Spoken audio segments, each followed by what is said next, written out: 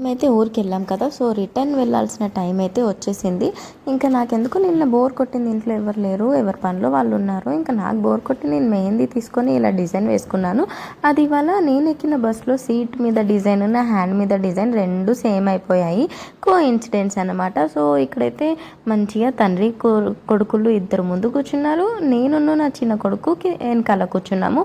ఇదైతే వేములవాడకి వెళ్ళే route. So, మేము దిగాల్సిన స్టాప్ అయితే వచ్చేసింది.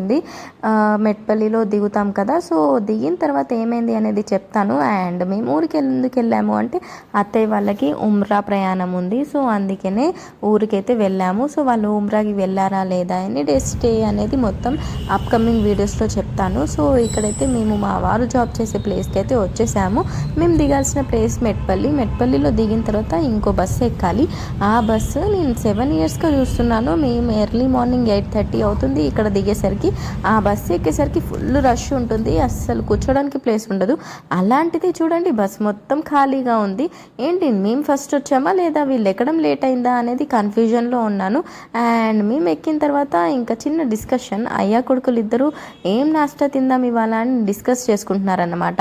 సో, మా వరకైతే కాలేజ్ ఉంది, వెళ్ళాలి, పిల్లలకి స్కూల్ ఉంది కానీ అలసిపోయి ఉంటారు కదా అనేసి ఇవాళైతే స్కూల్కి పంపించట్లేదు. అలా ఉందన్నమాట వీళ్ళతో.